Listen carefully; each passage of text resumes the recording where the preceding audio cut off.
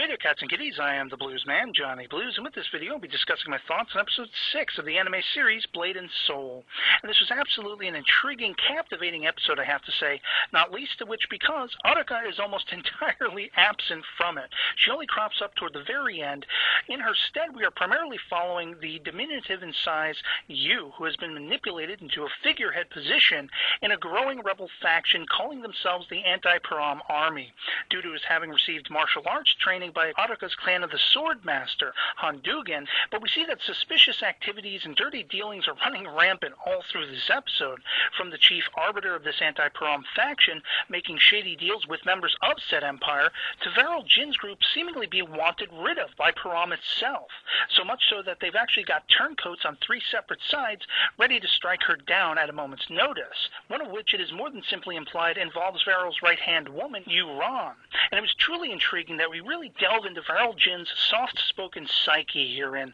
seeing within a dreamlike state all of these doppelgangers of herself clad in white rather than her traditional black, that if her trance-like visions are to be taken at face value, seems to imply she suffers a deeply rooted fear of her own actions or duplicitous contradictory emotions, maybe eventually being her own undoing. Yet do we see, however, when the trio of forces make their attack, she's an even fiercer combatant than we've seen Aruka being at this point, laying successfully waste to these 3 factions single-handedly, all the while contained within this vision of her destroying all of these opposition parts of herself, adorned in white. And even a clone of Aruka herself crops up at one point, demanding the finality of a death blow against the arbiter of the Anti-Param faction, as it was over his guise Aruka's had deposited herself.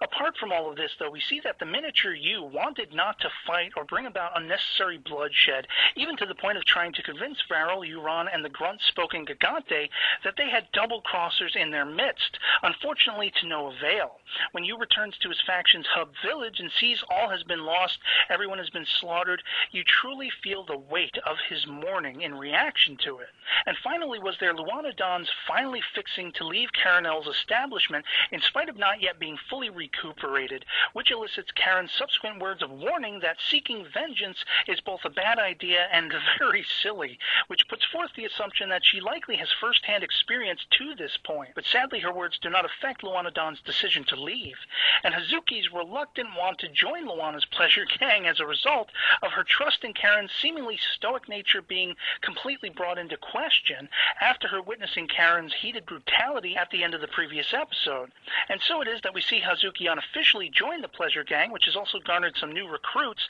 all the while insistently proclaiming she will not wear their spiky uniform, even though she will be traveling with them. Probably the most interesting aspect was Varel Jin's reaction to Param's trying to take her out, which involved approaching a Param elder and, in not so many words, forcing their reinstatement as a part of the Empire, as well as Yu-Ran's seeming approach to the leader who gave the initial order and warning him to back off by way of using impurity to disintegrate his cute little puppy which sat on his lap, making me wonder if this was actually not Yu-Ran but rather Varel Jin in disguise, or if Yu-Ran has more power than she lets on. And so it'll be interesting to see what exactly transpires when Aruka and Varel eventually do face off against each other, as they too are an equal match in ferocity, if it isn't that Varel slightly edges Aruka out, as we see her take out 3 cats hopped up on those Heaven Spirit tonics, whereas Aruka in a previous episode only took out 1. Granted, she did so in one fell swoop, but we're talking not only these 3 guys hopped up with superpowers, but 3 whole turncoat armies as well.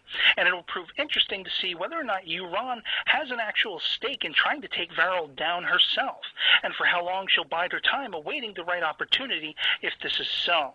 I'm also kind of hoping that little Yu is united at some point with Aruka, or even perhaps Karen L, as he really is deserving of a more peaceful, less disillusioning plight. And so in the end, the question truly remains, who is going to be meeting up with who next, and how's it all going to go down? This was a really fantastic episode, had me on the edge of my seat the entire way through. So otherwise, that'll be pretty much it for me on this. I hope this video finds you well, and I'll catch you all later. Peace.